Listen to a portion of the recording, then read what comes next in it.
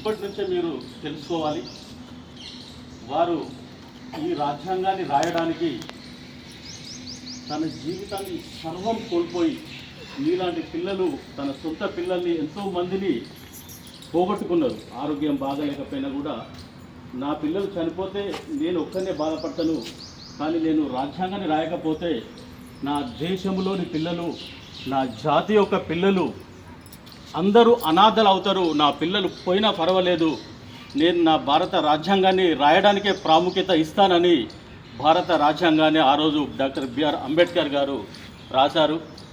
అది 1950 మేడం గారు చెప్పినట్టు జనవరి 26న ఈ రోజు నాడు అమల్లోకి వచ్చింది.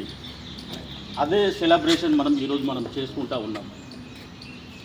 మనం ఇంత స్వేచ్ఛా వాయులు పీల్చడానికి మన జాతి నాయకులు ఎందరో త్యాగాలు ఉన్నాయి.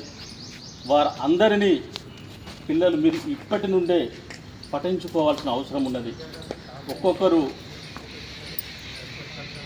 మన మహాత్మా గాంధీ గారు అయితే ఉన్నది, వీరైతేనేమన్నది భగత్ సింగ్ గారు, ఇలా చాలామంది దేశ నాయకులు మన కోసం పాటు పడితేనే ఈరోజు స్వేచ్ఛా వాయువులు పీల్చగలుగుతున్నాం. అందరికీ మరొక్కసారి గణతంత్ర దినోత్సవ శుభాకాంక్షలతో.